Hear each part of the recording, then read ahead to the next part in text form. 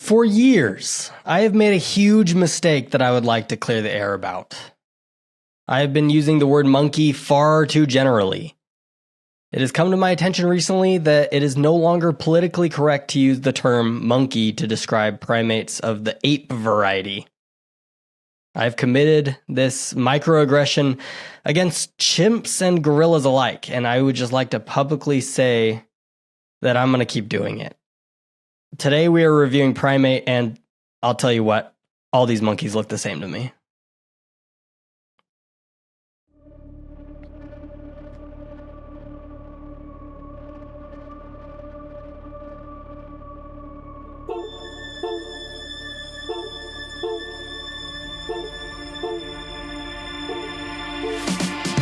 Is this a metal thing? Yes.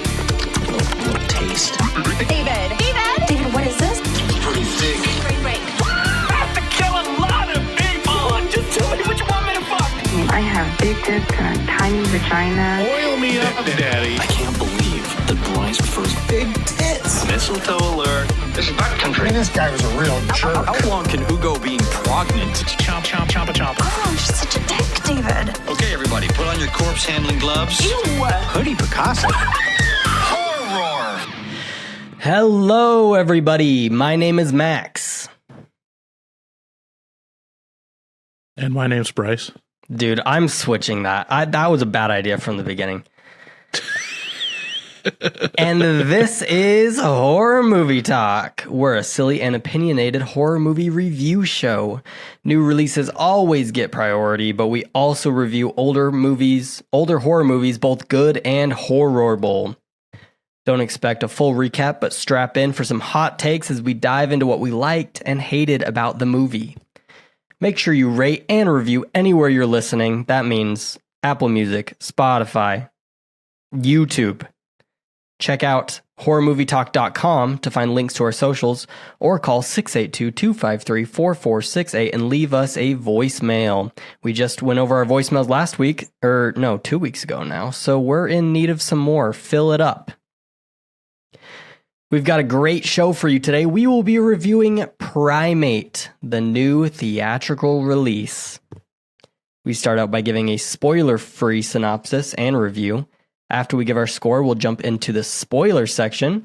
And at the end of the episode, we'll be playing a quick game that I like to call Who's Invited to the Dinner, where I will invite various domesticated animals to the dinner table, and Bryce will tell me where he draws the line.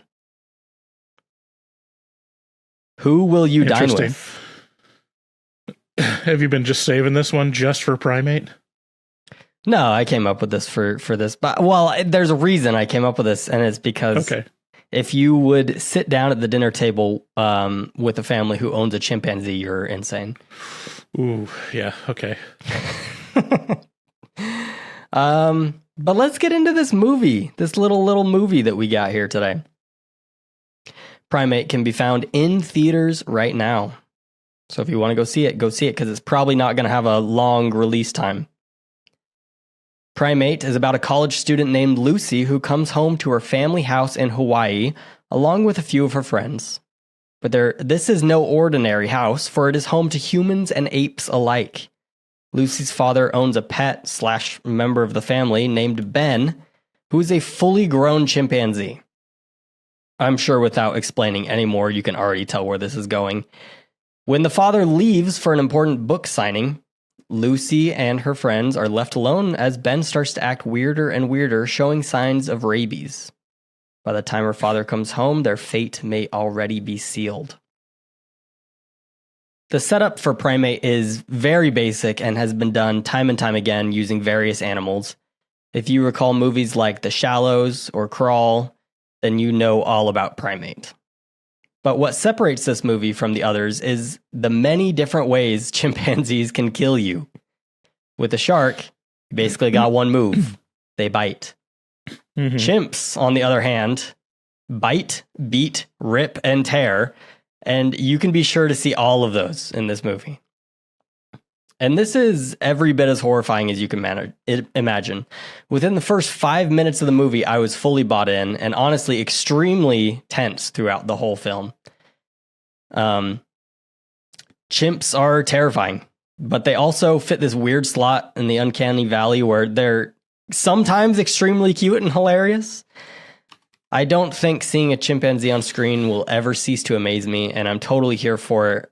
If they want to make Primate 2 or Primate 3, I'll watch it. This movie had me genuinely scared. That being said, it's also very predictable. It is a paint-by-numbers movie where the main color is blood red, which is fun, but not super thought-provoking. I'm going to give it a 7 out of 10. Yeah, this is one of those situations where my expectations ruined it for me. You had expectations for Primate? Yeah. Yeah. It's a great premise. Like, it's surprising that it hasn't really been done before of having a chimpanzee as the monster. Because I don't know if you've heard of the news stories before whenever there's a chimp attack. I've heard a few, yeah. It is truly horrifying. And once you learn like a little bit about chimpanzees' default attack patterns, it's like, Jesus Christ. I can't think of anything. I would rather get mauled by a dog, like 100%. I'd rather get etten by a shark. I'd rather be eaten by a shark is what I was going to say is, yeah, swallow me whole, baby. And unfortunately, knowing the default attack patterns of the chimp, I'm sitting in there waiting for it, and they just miss the mark. Oh, really? You think on the chimps? There are some legit horrifying scenes in here, but there's some low hanging fruit that they just completely miss. Like, it was mind boggling to me that they didn't do some of the things that chimps always do when they attack. But it's not a bad movie. It's just me personally, myself, I was disappointed. Especially for an R-rated horror movie, they could have gone further.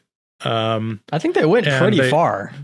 They went pretty far, but they could have gone further. Okay. And it seemed like they were trying to balance the tone of being kind of like a family story, a friend story, and like have these like the relationship between the chimp and the family be like highlighted, which is fine, but they almost wanted to keep the chimp a sympathetic character or some kind of, well, that's not true.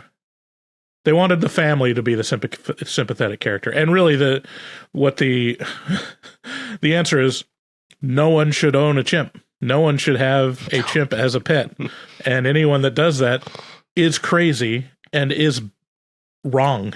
And so, like, if they had made the adjustment of these people are wrong and are suffering from hubris, and this is their comeuppance, it would have been a different, more extreme movie. And that's not what they were going for.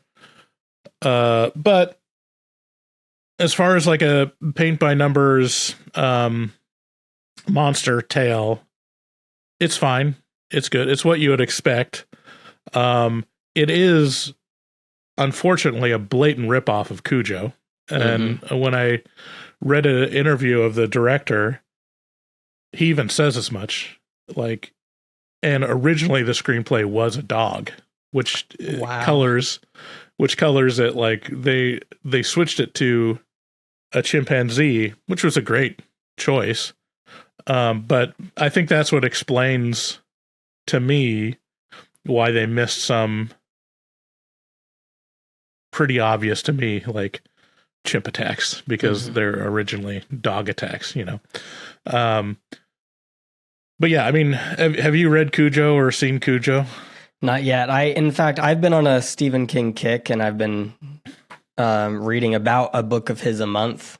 And this month I chose 11/22/63. Is that what it's called? Yeah. Because everyone seems to love it. I'm like halfway through, and I'm like, it's all right. But yeah, I didn't choose Cujo because it's only like it's shorter. It's like 6 hours of the audiobook, so I didn't. Yeah. It's good. I mean, I read it when I was a teenager, and it's a simple premise, and you wouldn't think you'd be able to write a whole novel about it, but it's literally a rabid dog, a Saint Bernard, attacking a mother and her son that are stuck in a Ford Pinto. Yeah.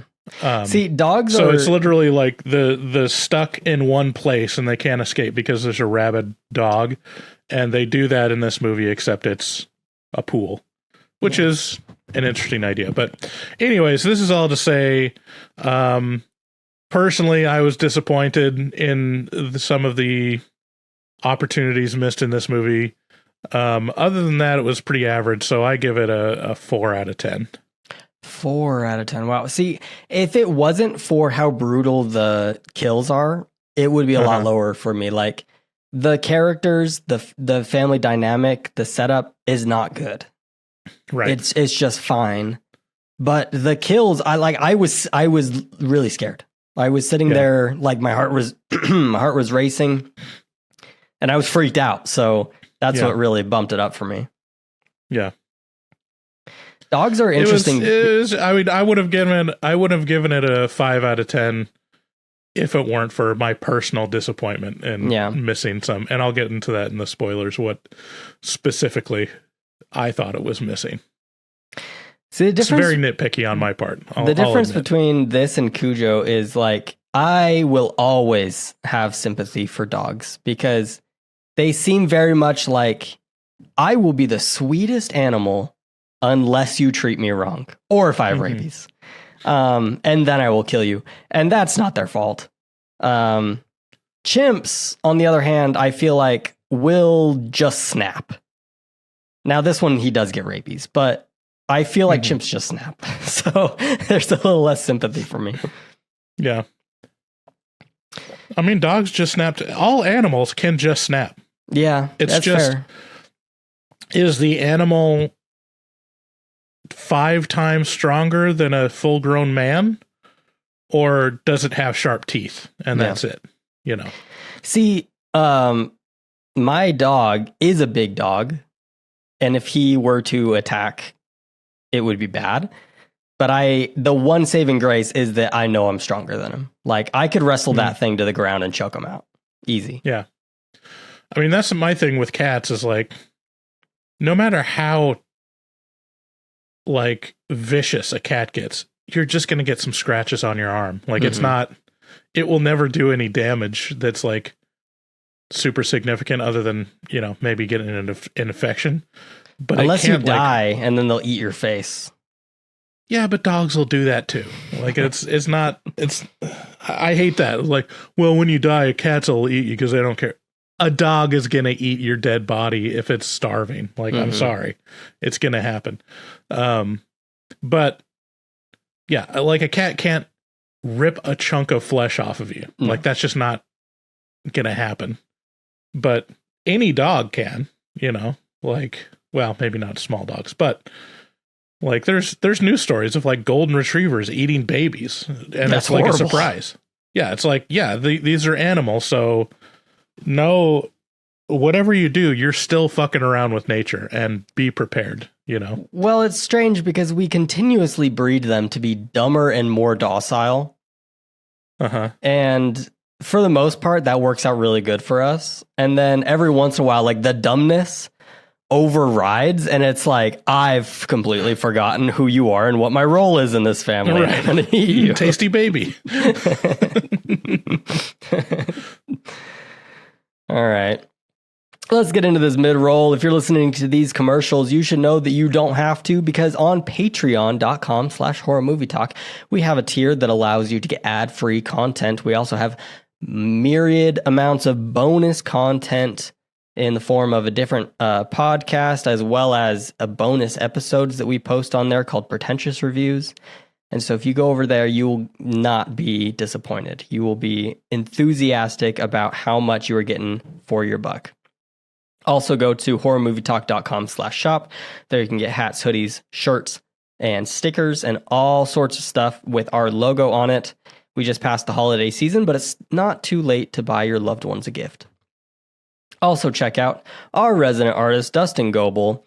He's a professional artist who does artwork for our show every single week. He's incredible. If you go to our thumbnails on YouTube, you can just scour his art, and it is so good.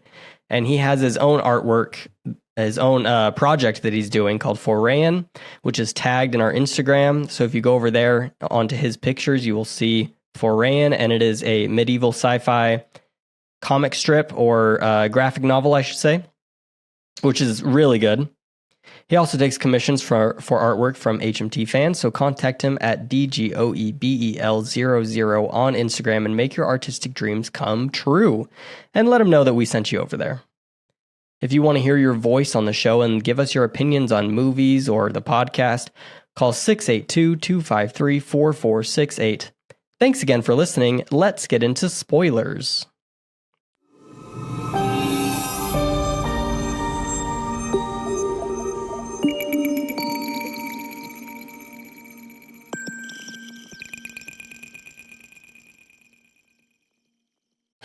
So, I'm curious, what are the ways that chimps kill people that we didn't see in this movie? Because I feel like we saw a lot, and a lot of things that I've heard before. So, there's the most common thing that chimps will do in attack is biting your fingers off. Ooh, I didn't That's know that. number one.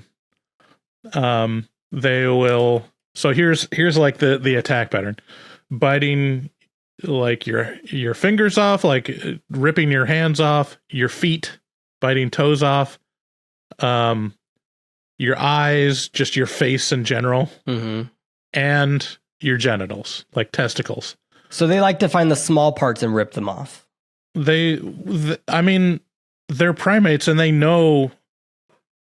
I'm entering my Joe Rogan brain right now, but like they know not just like to kill you, but to basically make your life unlivable. It's like they know the utility of your fingers and of your genitals and of your face. Like they want to make it so you can't eat, so you can't like hold things, and so it's like it's not just to kill you. They're intelligent animals that are going to fuck up your life no matter what. So yeah, like the ones that were like great, which is what I expected. So if I had a checklist of all these items of like, okay, are they going to take off the fingers? Are they going to like rip off the face? Are they going to rip off some balls? And on the checklist, they had ripping a face off, which is great. And they had ripping a jaw off, which is great. And then the rest of it was just beating the shit out of people, you know? And I mean, for a movie that makes it a point, like this is the biggest missed opportunity, for a movie that made a point of casting a deaf actor as the father, how could they not have the chimp eat off his fingers? Like, how could that not be? That would have been so devastating. I mean, just like it's right there. It's just right there on a silver platter, and you don't do it. Because that's like they talk about. I have this article from the Scientific American, and they talk about are captive chimpanzee attacks on humans common? And they said, yeah, definitely common. Most of the time they attack through cage bars. They bite off fingers. That's like the first thing that this chimp expert says is like, yeah, you gotta keep your fingers away from them because they'll bite them off. And so the fact that that wasn't done, the fact that they had the bros come to, sorry, my old drops. Where's the boys? They had the boys come over, and it's like, here we're going to see some testicles ripped off, right? No testicles ripped off. What a bummer. I was so bummed out. It's just like, that was me being frustrated by not seeing some chimps ripping off testicles and biting off fingers. And then the other one was like the whole rabies element was completely unnecessary. It's like, okay, you don't need that. You just have the chimp go insane. Like Like that's the news stories where it's like they grew up with a family since a baby, and then just one day they decide to attack, and it's literally not because they're sick or anything's wrong. It's literally they felt slighted or something. Like they're very big on like fairness and justice, and so they'll fuck you up if they, think that you weren't fair to them. Yeah, I think that was mainly a move for the audience to feel bad for the chimp, because it's like you see him before and he's adorable. He's so cute. Right. I mean, you can't. Monkeys are cute. They just are. They look kind of like humans. They act like babies, and it's just really cute. And so I think that's the thing is when you see the cute chimpanzees are always like babies. They're always like, or adolescents. Once they get like pretty full grown, they're ugly looking creatures. They're not. But they're not cute. Very cute. They're ugly in a way that's cute, I think. Like, because they're still acting funny. They're still acting silly. They like to goof around. I think it was more like, here's this cute, sweet little boy. And he's going to go wrong through no fault of his own, is kind of the way the movie tries to say it, so that you're still like, oh man, the poor guy. Because there's still moments, I mean, if I was in this situation, I would be like, we need to kill this thing immediately. But there's still moments in the movie where you're like, I mean, it's not his fault. He's sick. His tummy hurt. So he's, I think it was so that the audience could have some sympathy for him. Yeah. Yeah, I guess. But then they go in hard with like just making him evil. Just evil. It's not. It's like he is. I mean, evil. they even mention in like the tone they kind of wanted kind of the Freddy Krueger, just menace. Because he's got the talking board. The talking board is so like, dumb. Yeah, he's just saying like, die, Lucy, or whatever. Kill, die, kill, die. Mojo, what have they done to you? Pray for Mojo. So, yeah, I mean, it's, I personally, I think they should have gone towards the hubris route and just made the family foolish for doing it, and then have the chimp attack just randomly, not related to rabies, and then, of course, be accurate. Have it chew off some fingers. Like, no one should have fingers by the end of this movie, in my opinion. Everyone should have stump hands. So you've talked about the little device he uses to talk, and he also does like some sign, I think. Can we talk a little bit about how unrealistic the communication with this chimp is in this movie? Because this is like, I don't know if you've seen how much chimps can communicate in real life. It is impressive. But it's not full sentences. Like, I think the longest recorded sentence by a chimp was like, orange, you give me, I eat orange. You give orange, me, I eat. You give orange. Like, that's the type of sentences they construct. Not like, I'm not feeling good. Like, right. Yeah. So I thought that was just a little silly. And then, yeah, the way that he's like hitting the die button, like die. Also, why does he have a button that says die? Right. Feels like you should have to like dig a little deeper for the die button. He's on page 3. But I don't know. The mother died recently, so maybe it was a topic of conversation. That's true. I mean, it's not impossible. Yeah. It's just silly.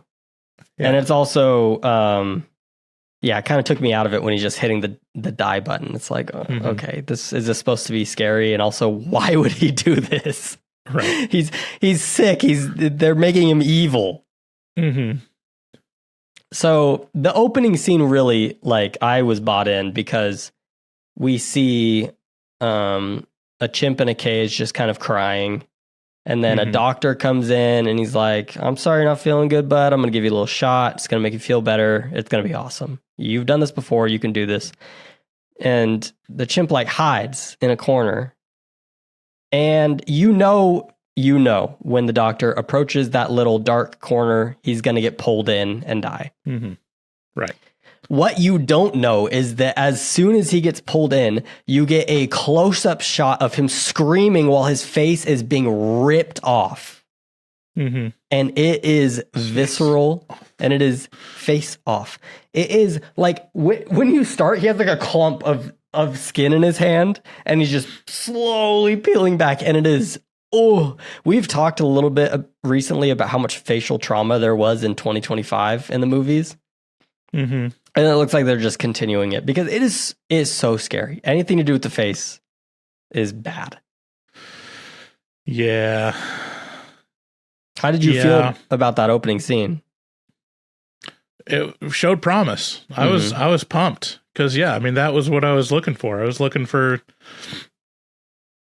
a face getting ripped off, and that was the very first thing that they did.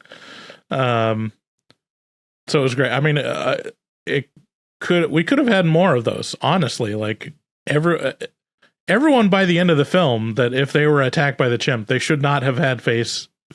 They should not have had fingers. I was surprised at how many faces were intact by the end of the movie. Right. And the whole thing about ripping it off with his hands is like, that's not necessarily true. He would have chewed off the nose and like the lips and cheeks, and then gouged out the eyes. My one complaint for the gore would have been like, why is he not eating them? You know, like, I feel like that's a very chimp thing to do, is eat your enemies. Yeah. But that opening scene, it is like 3 days in advance. So we cut back to 3 days before, and we see Lucy getting on the plane with her friends. There's some tension. It's only like 36 hours before. It's not even like 3 days. It's like, oh, maybe you're right. I mean, there's a cutback, but it's not that far. And they're getting on the plane. There's some tension. They meet two boys, who later get invited over, I guess. That scene was weird to me too. So they're like by the pool, and Lucy is jealous because the friend that she didn't even want to come is like getting all snuggly with the boy that she wanted to date. And so she impulsively calls the boys that they met on the plane and tells them to come fuck their brains out. Hey, women, you got to be safer than that. You just gotta. That's possibly the most unbelievable part about this movie, is that it took those guys about like 10 hours to make their way over to the house. You know, and it required like a second call. For that to happen. It's like, once you get the voicemail with the address and say, come fuck our brains out, your bros are getting in the car. Like, no matter who's like reticent, who's like, I don't know, I mean, they're probably just joking around. The other bros will be like, get in the fucking car right now, and we're going to go and find out what's going on. Like, so, I don't know. It's like when you get a text from a scammer on like a dating app, and you know that they're a scammer because they're just begging you to come have sex with them, but you're just like, I don't know, maybe it's a woman. Right, exactly. Yeah. You know, hope springs eternal. Yeah. So, in the opening sequences, we get to know the family. The dad is deaf and writes books about, I don't know, overcoming deafness. I don't even know what he was writing about. But he has to leave for a book signing event with his fans, which good for him. That's awesome. And then they also have there's a second daughter, a little sister who's maybe 15. I don't know. Lucy's sister. And the last member of the family, full-grown chimpanzee, Ben. And the mom's dead. And the mom's dead. Yeah. Presumably not ripped apart by the chimp. I think. Oh, she died of cancer. Of cancer, yeah. Yeah. So that's kind of the setup. They're all hanging out, and then Ben starts to act weird, starts to just kind of scream and freak out at people. And this is obviously very worrying. So they try to tie him up, and then he sinks his jaws into the 15-year-old girl's leg. And I was actually pretty surprised that they went there so fast. Like, they could have like kept it's like, this is the child. No, we won't hurt her. Just kidding. We'll hurt her. No, right at the beginning, the first attack. Well, not the first attack we see, but the first attack of the sequence is a child getting her leg just chewed apart. And he rips off. I was surprised that throughout the movie they didn't use that at all. The fact that the girl definitely had rabies now, like. Rabies is very quick acting. Like, I think you have like 48 hours to get the antidote. Yeah, I think it's one of the. Well, maybe that's the thing. Once you start showing symptoms, actually, you're fucked. Too like, late, there's no going back. Which is a shame because I think symptoms actually take a while to start. Like, you could go a few weeks and then all of a sudden you start acting weird. Yeah, and you could get bitten by a vampire bat, which leaves basically no mark, and you'd have no clue that you have rabies till it's too late. I'm writing my beloved. I have 2 small mosquito bites on my neck, close together. Very strange. Yeah. I don't know. What would you do if Meg attacked your family? I would immediately kill her.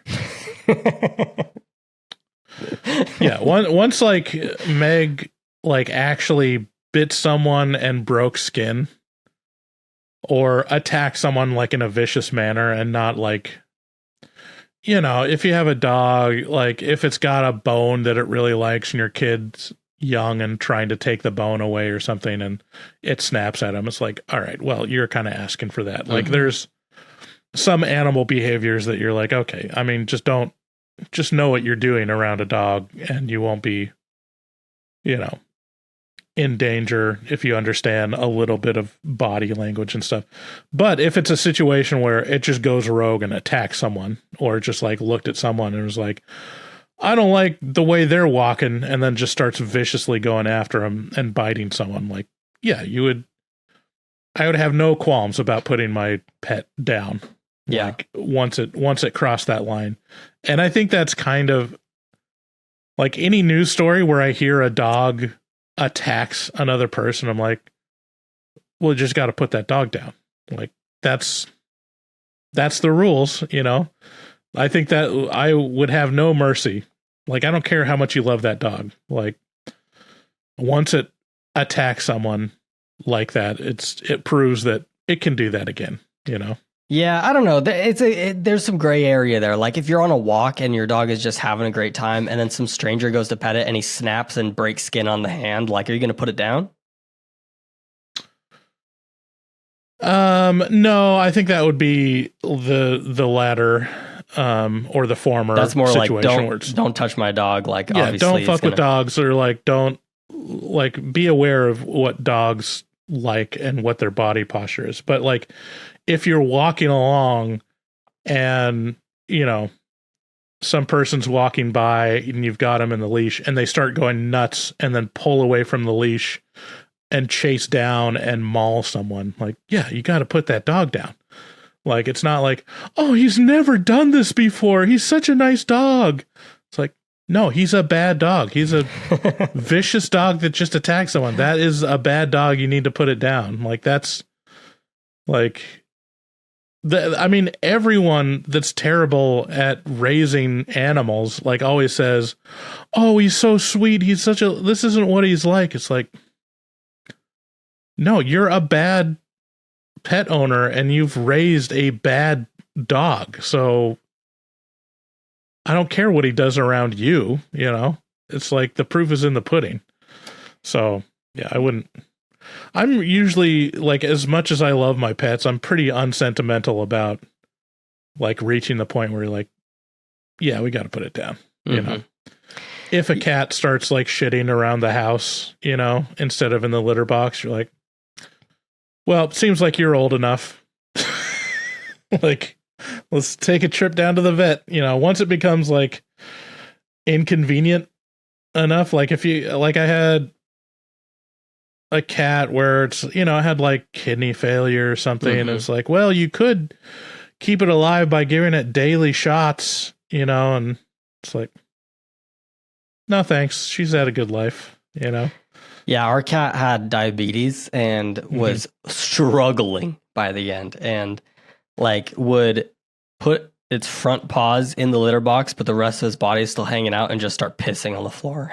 Okay, Right. this thing is done. This thing is gotta go, unfortunately. Right. But yeah, I don't know. We have this unfortunate situation where my daughter loves to eat dog kibble.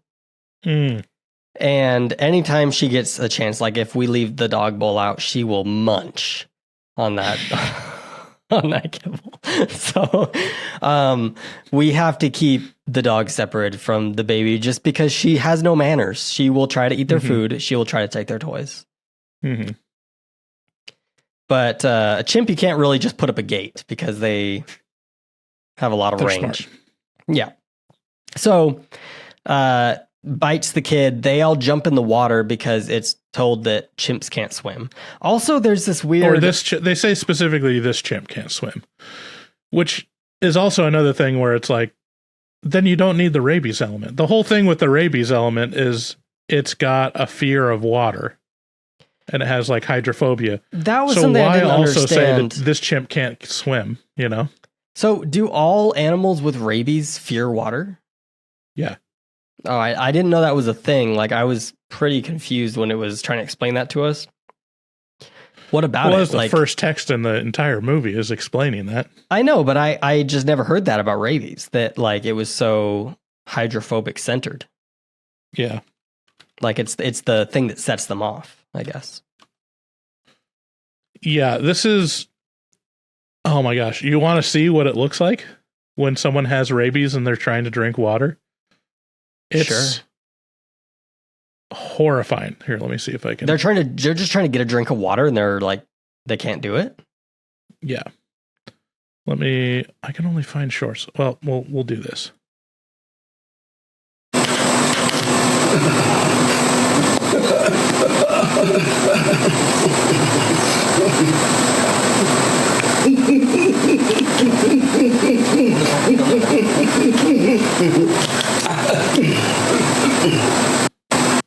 Okay, that's really scary. Yeah, it's terrifying. Rabies is probably the most terrifying disease once you learn about it. And there's like a This American Life episode that's dedicated to rabies, and it's haunting because it just talks about like just kind of harmless animals. Like part of the one thing about rabies is number one, the hydrophobia. The number two thing is like it just takes away the fear center and makes you extremely aggressive if you're an animal. So like it starts out with a story of just like someone being attacked by a squirrel, just viciously. Like it just comes at people, you know, and you're like, oh, well, if you get a scratch or you get bitten by this normally harmless animal, like the clock is set and you have to get these rabies shots within 48 hours or you will die. Yeah. And the shots aren't like widely available. It's not like you can go to your urgent care and they're going to have the rabies shots. Like they have to like get them. And what if they can't get them for a day, you know? Yeah, my wife works at an emergency vet clinic, and so they have just animals coming in after being like hit by cars and stuff, just nonstop. And anytime someone on the staff gets bit, they have to immediately kill the dog, cut off the head, and send it in a bag to a lab to be tested for rabies. Yeah. Yeah, and that's the only way to test it. You have to like literally... You have to kill the animal. Brain. You have to, look in the brain of the animal. It's not like a blood thing. So. Yep. So they're in the pool, and this is another one of my favorite deaths. Is he? Oh, I forgot to mention this. I can't believe it. This house is insane. It's just insane. Nobody lives in this house. I'm tired of movies being like, I'm going to my dad's house, and it's a $12 million mansion in Hawaii. Like, nobody lives in these. It's crazy. This house would be, I mean, probably like $30 million or something like, because not only is it a mansion, a glass like mansion that sets on the precipice of a cliff so that they can have their infinity pool right next to a cliff in the most beautiful part of Hawaii, but also it's just surrounded by wilderness for miles and miles and miles. There's no other house within like a 15-mile radius. It's like, yeah, I mean, that's gotta be like over $50 million or something. I'm increasing my estimate every time. Like, it's $100 million house. I'm telling you, there's no way this dad's book made that much money. There's just no way. Yeah, I mean, we're talking about like a science. It's not like Jane Goodall like was rolling in dough, you know, and she's probably the most famous. Yeah, like, I don't know. It's just I personally think this is one of Hollywood's blind spots. Is they're like, oh well, we'll just put him in a nice house, just so we have space, and so it is aesthetically pleasing. $30 million mansion is what we'll put him in. People don't live in these. I'm sorry. It's crazy. At least it would be difficult to find a person who lives in a house like this. If you owned that house, like, you should have like at least 5 chimps, you know? Right. And like a full-time caretaker. Like, you should have a vet on staff if you live in that house. That's another crazy thing is like, you own that house and you don't have staff. Right. Like, get staff, at least for the chimp. Right. So that kind of bugged me because I just get frustrated when Hollywood tries to shove down my throat that rich people are real and that there's not just like 5 of them in the world. People live in regular houses. I'm sorry. So I say all that to say they live on a cliff, and the pool is at the edge of a cliff. Very dangerous if you have kids, I guess. Ben, the chimp, is at the edge of the cliff, and the guy of the group is like, I'm going to shove him off. Which I actually think is a good idea. He's at the edge. You're a grown man. You're probably stronger to some degree than a chimp. I don't know. You don't think so? No, a chimp is 5 times stronger. See, that's strange to me because they're like 4 feet tall. Or smaller. Yeah, like their muscle mass, like the per pound of muscle is like just insane. Like they can, I mean, that whole thing where the chimp rips off the person's jaw, that's not, they could do that. Like that chimp could definitely do that, you know? Yeah. So yeah, you can't like control a chimp. You couldn't wrestle a chimp. Like, it will win. You can't like try to choke him out. Yeah, it wouldn't happen. It would just like rip your arms off of its body. But that's crazy. Yeah, I mean, it is a great scene. It's like the obvious thing where it's like, okay, I just push it off. But the thing is, like, it's a primate, you know, it's very good at climbing, dexterity and holding on to things because it has 4 hands basically. So yeah, that was great. And one of the better death scenes. Yeah. Like, well, the problem is he pushes him off and then he's leaning over the edge to see where he went. And I think that's where he went wrong. Like, push him off and immediately back away because you know that chimp is trying to hold on to something. And he just grabs him and shoves him off. And we see his head literally hit the ground at 1,000,000 miles an hour and snap. It's a crazy death.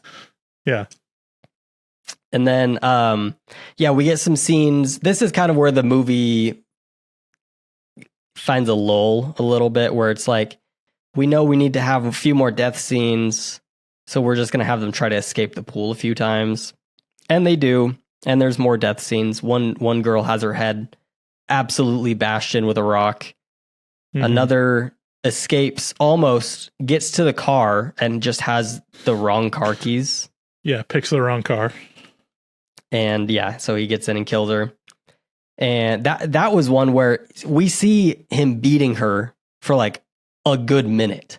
And then it cuts to her face, and her face is like still pretty. Mm-hmm. Mm-hmm. Well, just for some reason, it's going for her midsection, ripping up her guts and stuff. Mm-hmm.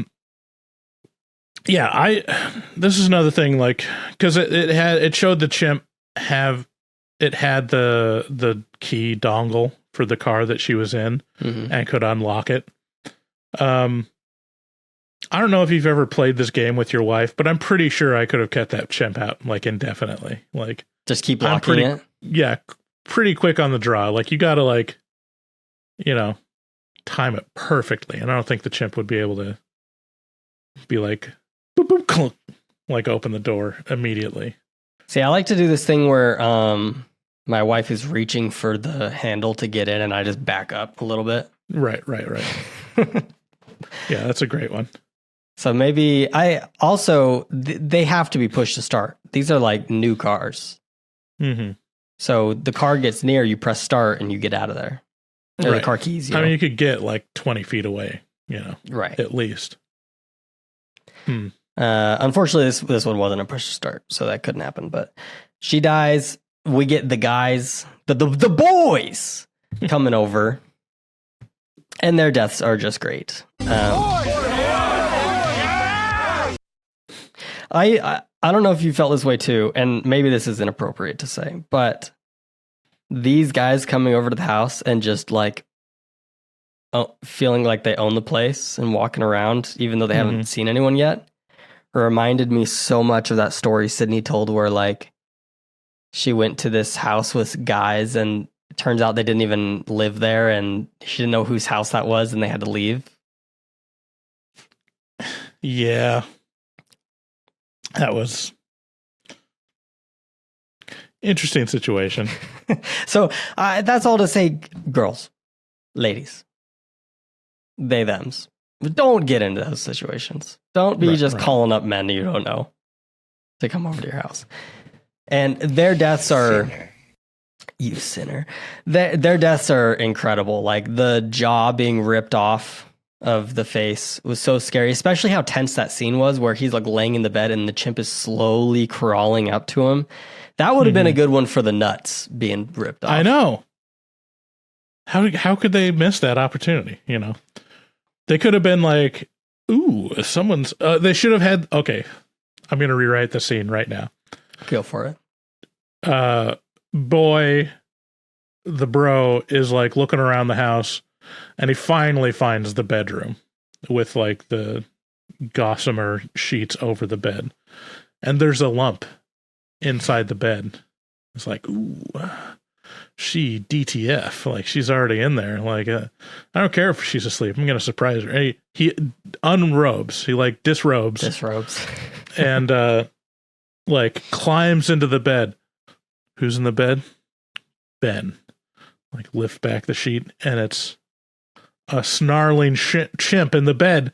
Chimp attack, rips off his testicles, rips off his jaw, bites his fingers off, rips off his face. And I'm telling you, the audience satisfaction of that, of just like having the rapey guy get his comeuppance and have his balls ripped off. I mean, it was right there. It was right there for the taking. Right. I don't know. I think the scene still works really well, but you're right. That would have been a good idea. Right. But the fingers slowly pushing their way into the mouth and opening the jaw more and more couldn't be scarier. I mean, that's terrifying. Yeah. Yeah. So the other guy dies in kind of actually a lackluster way. I don't even really remember. He gets pushed off the balcony or something. I don't know. He gets in a fight with the chimp out on the balcony and he's beat to death with a shovel. That's what it was. Okay. So that happens, and this is kind of where we're wrapping up, is the dad comes home and gets in a brawl with the monkey. Well, he's deaf, and so like there's a great scene where he can't hear anything, but his daughter is getting like wrestled with by the chimp, and it's like right behind him, but he has no. There's a part where clue. Ben breaks her wrist, and then we see her kind of just using her hands as normal throughout the rest of the movie. Right. That again, I was like, finally, some fingers gonna get ripped off, and it's like, no, it's not. Doesn't happen. Her hand is fine. Because I didn't think like they did the wrist. It looked like he was just breaking all her fingers on that one hand. Oh, I mean, it's still extremely painful, but maybe you could still, maybe it still looks like they're fine because they just bend back and then they're broken. But that's, I mean, oof. It was rough. So yeah, but then the dad does get in a brawl with the monkey, and they go hand to hand combat. And this is kind of where I was thinking, there's a level to how much fear I'm willing to endure. Like in 99% of circumstances, I'm screaming and running for my life if there's a chimpanzee. Yeah. Now, I think the one circumstance in which I would get in a fist fight with a chimp is like if it was trying to attack my daughter. Like I do think the fatherly power would push through, and I would wrestle that thing and get my ass beat. But I mean that's the direction it goes, and I think that's realistic. And they start fighting, and then the daughters come in and start beating on the chimp, and then they push him off the balcony, and he gets impaled. Boom, dead. Yeah, that's the movie. Yeah. That's the whole movie. Yeah. Okay, let's talk about some real life chimp attacks. All right, let's do it. Okay, the most famous one is, have you, I'll give a recommendation first of all. Like, there's a documentary on HBO called Chimp Crazy. It's fantastic because it covers some of these like really famous chimp attacks over the last couple decades, but also it talks about this one lady that just really wants her chimp, you know, and it's, I don't want to spoil it or anything, but yeah, go watch Chimp Crazy and it'll teach you about what's going on. But okay.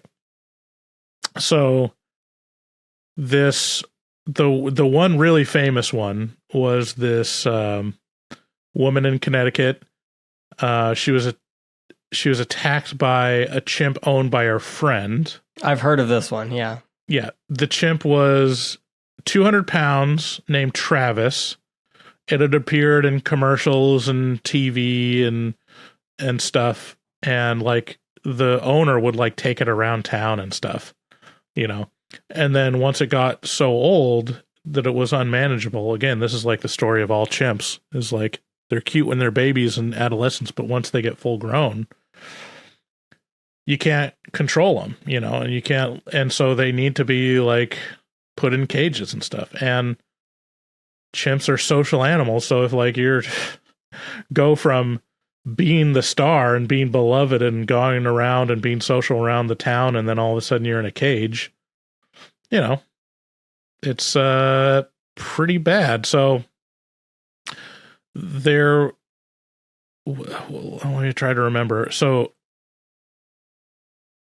the chimp gets out and is acting like sullen and weird and won't come back when called. And so the owner's like, oh, something might be off. So maybe I can feed it some Xanax in its tea. So she like gives it some Xanax in its tea. And that's like a question whether like, was it the Xanax that caused it, or was it like already depressed, or like what was going on? But regardless, she still can't control it. She calls her friend. Her friend shows up. The chimp attacks the friend, severely mauling her face, bites off both her hands, and the owner comes and tries to stab Travis to rescue the friend. It just wasn't able to stop. It still went. And then the police arrived and shot it, and eventually it died. Dude, that story is the impetus for who's invited to dinner. Because if a friend called me up and said, my chimp is acting weird, will you come help? No. Call the police. Absolutely not. I'm not going over there on his good days. Right. Okay, so out on the internet, there is a picture of her face post mauling that's just pre-surgery. You want to show it to me and we'll blur it? I'm not going to show that to you.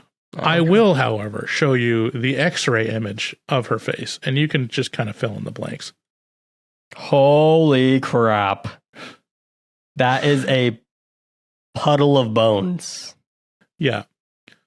Oh, yeah, I think the detail that I left out was, it wasn't just mauling her face, like, it ripped off her eyelids and chewed off basically like her entire face. And talks about like the police showed up and there was just like chunks of body and stuff strewn across the yard. And she lived that? She survived, yeah. And this is her post healing. Bro. And eventually she's really famous because she gets like an actual face transplant. She's like one of the first like well, maybe not one of the first, but like a really famous example of a face transplant. I think this is, let me try to find an image of her.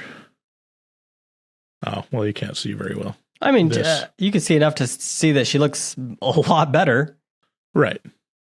I'm pretty sure these are all, I mean, her eyes are gone. These are like the fake eyes, but yeah, it's astounding. Okay, so that's like one of the most famous ones. The other one is, there was this Animal Haven Ranch in California, and I think this was also covered in Chimp Crazy. So 2 chimps escaped, severely injured 2 visitors. They're visiting a former pet chimp that had been rescued from, like, his mother was killed by a poacher. So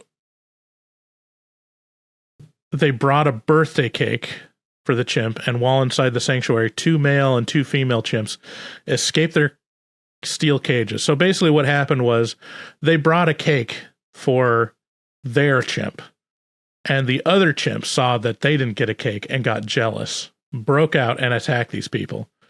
Both Davises were hurt in the incident. LaDonna losing a thumb, and St. James losing all fingers from his left hand, an eye, part of his nose, cheek, lips, and part of his buttocks, as well as injuries to his genitals and 1 foot. Bro, the wife got off so easy. 1 thumb? Right. Right. So, yeah, it's so knowing these things existed beforehand and going into this movie, I was like, all right, we're gonna see some horrifying mutilations and fingers being bit off. And again, it's just a missed opportunity to me. But whatever. Man. It was good. Like it was fine. I'm not sure it's worth like running to the theater for. But yeah, as far as like paying off the premise of a chimp going crazy, it pays off about 75%, I'd say. 75% isn't terrible. And you know what? Yeah, you're right. It could have been even more graphic and gory and horrible. Mm-hmm. Where it's at now is rough to watch still. Mm-hmm. So I would say, yeah, if you are into that, I would still see it. If you're not into the very gory stuff, don't see this movie, because watching a man's face be ripped off will change you. Do you want me to show you the lady's face in the afterpod? Yeah. Okay. I'll have it prepped. I'm just too curious, dude. Every time, I always regret this, by the way. Every time I get curious and I want to see a picture of gore, I immediately regret it. Right. I mean, I grew up in the ages. I mean, did you ever have Was Rotten.com ever significant in your childhood? I was a little too young for that, but Right. I mean,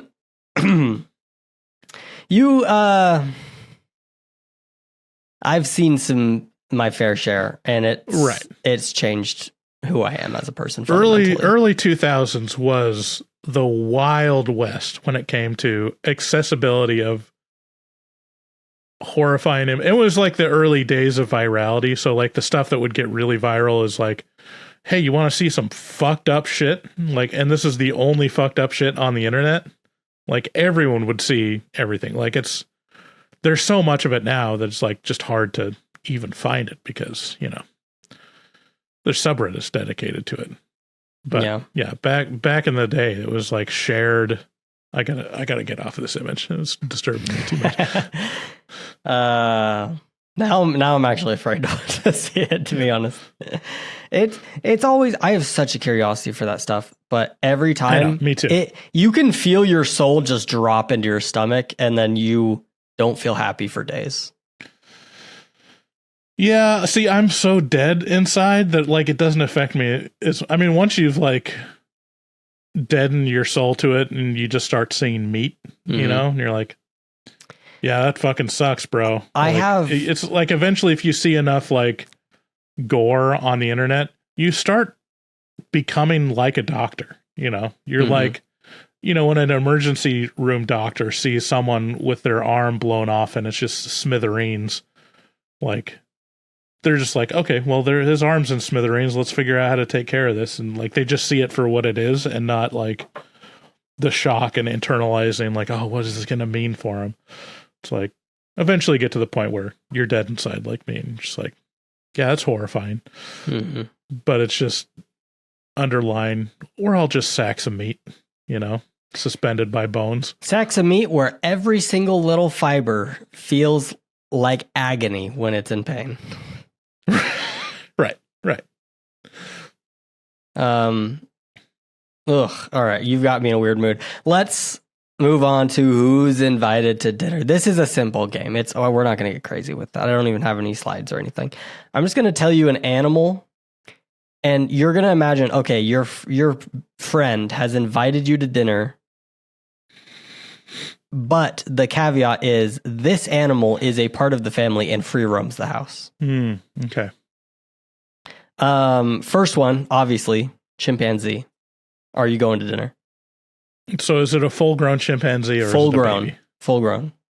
But it's domesticated. It's wearing a t-shirt. No, thank you. Okay. I would 100% not. I've learned my lesson. Yeah. Like I've seen the news reports. Not interested. Okay. Squirrel. Absolutely. Yeah, I would love to be around a squirrel. On my mission, I knocked a door and someone let me in, and they had a pet squirrel. Would just run up your back and sit on your shoulder and like do little cute nibbles on your ear. Oh, that's awesome. It was awesome. Yes. Okay, squirrel. Lemur, again, in the kind of monkey family. Yeah. I think any monkey I'd be fine with. Really? Because I feel like monkeys are pretty angry, vicious animals. And they have sharp teeth. Yeah, I guess, but like I don't know.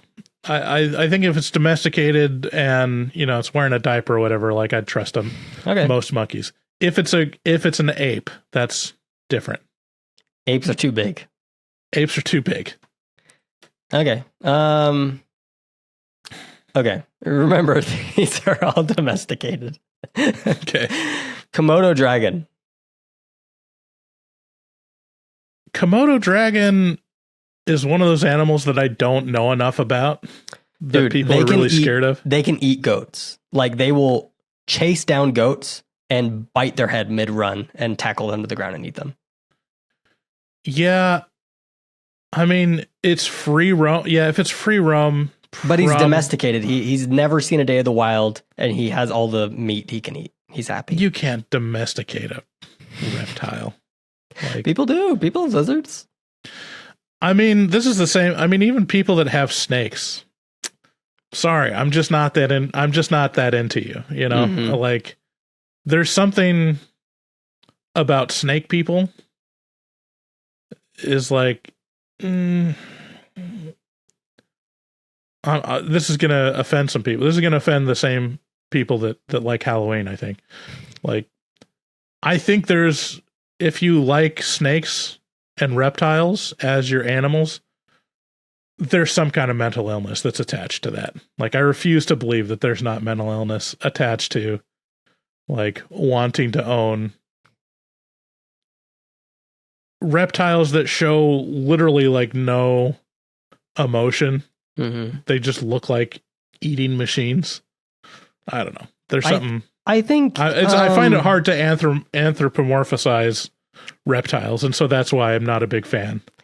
I think the appeal is how low maintenance. Well, actually, no, they're kind of high maintenance, aren't they? You got to like get the temperature right, feed them 3 square meals a day, and like, I guess not snakes. Snakes don't need much, but I guess the appeal.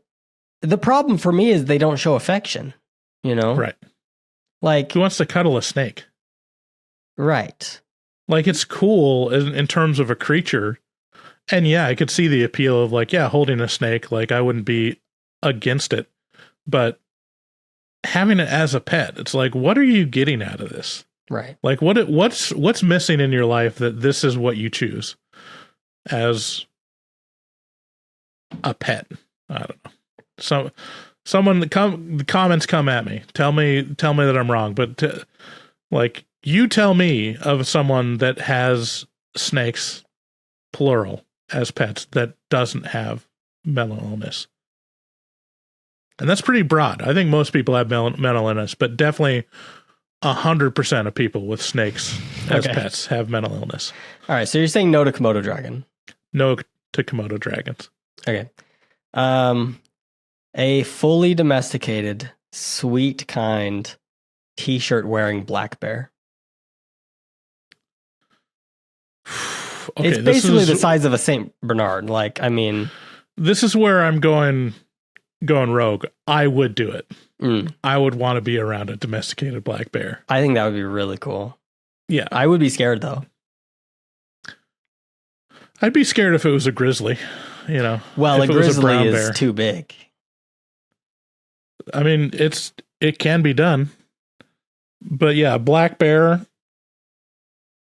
I mean, that just sounds fun. That just sounds adorable. It does sound fun, and they're basically the size of a very large dog. And so if you're around large dogs, it's not that different, I feel like. Right. Large dogs do kind of scare me, though. Like, you ever been to someone's house who has like what are those, like, mountain range? Oh, like a Rhodesian Ridgeback. Or like a Tibet Mastiff or whatever. Yeah. That are literally the size of bears. Like, right. I don't know. That are would like freak me bred out. to hunt lions. Yeah. No, thank you. Alrighty. Gorilla. No, absolutely not. It's That'd be insane. It's a teenage gorilla, not even full grown. Teenage gorilla. No, I still think no. Okay. Yeah, I would say no. A sugar glider. I think to be politically incorrect, or to be politically correct, you should say you would be against it, because to own a sugar glider, you have to like cut off its teeth. Really? Yeah, you gotta like mangle.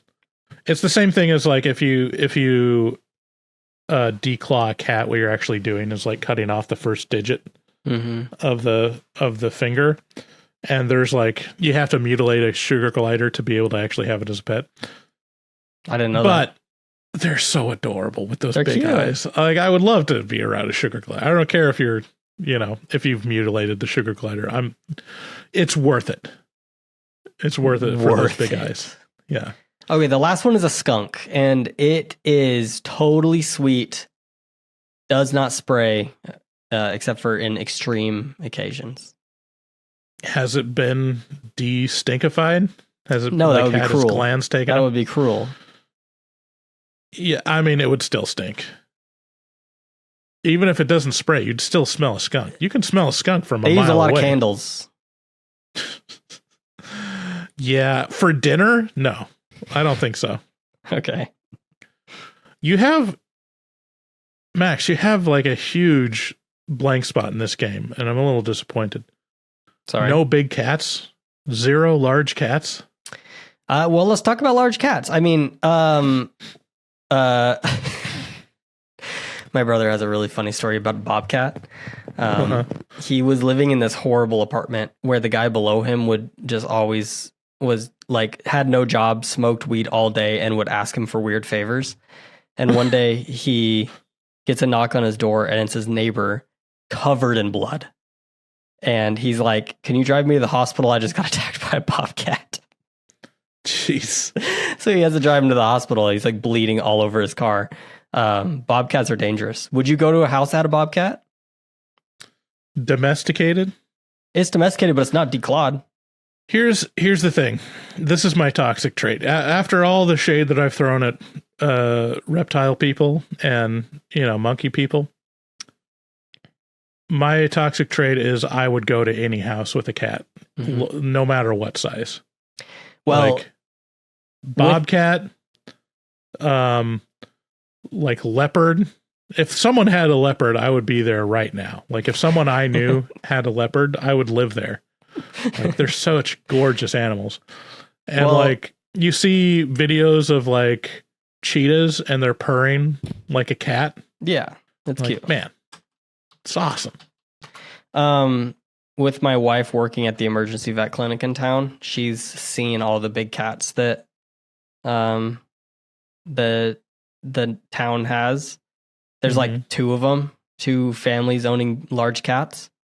I forget what they're called. It starts with like an S, like a serval. It's like a serval or something.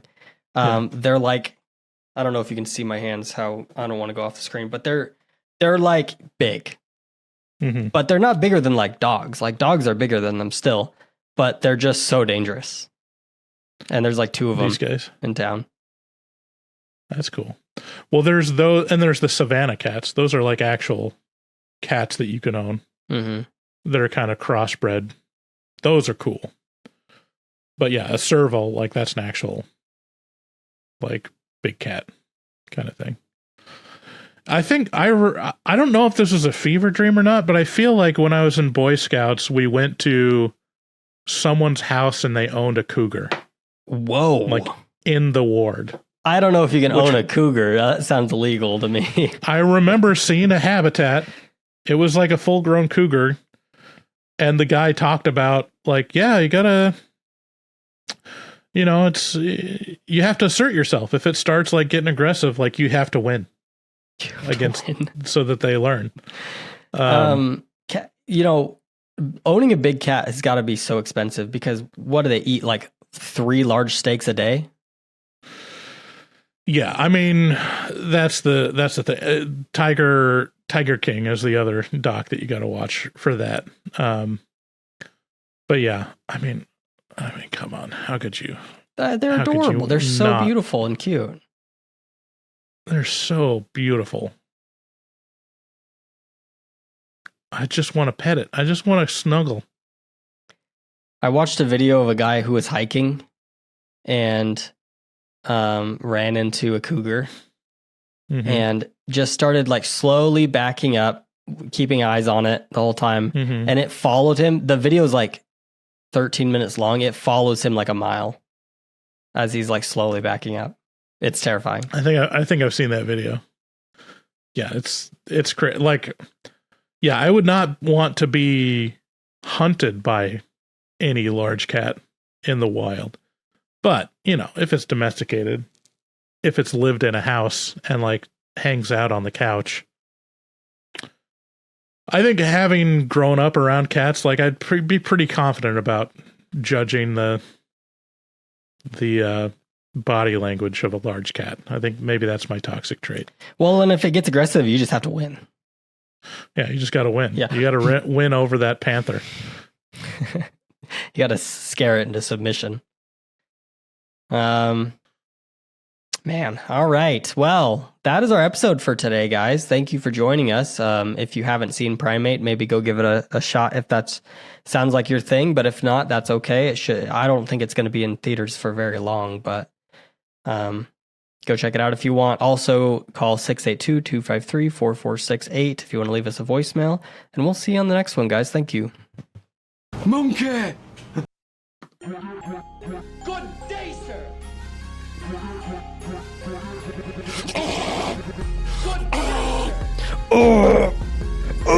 How does he make that noise? What is that noise? I have no idea how he's making that with his mouth. Took a stroll through the scraggly woods. He had no face. Monkey! Horror! Mojo, what have they done to you?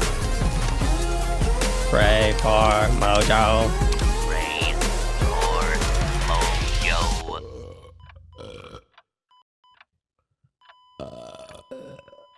Wow, that didn't sound good.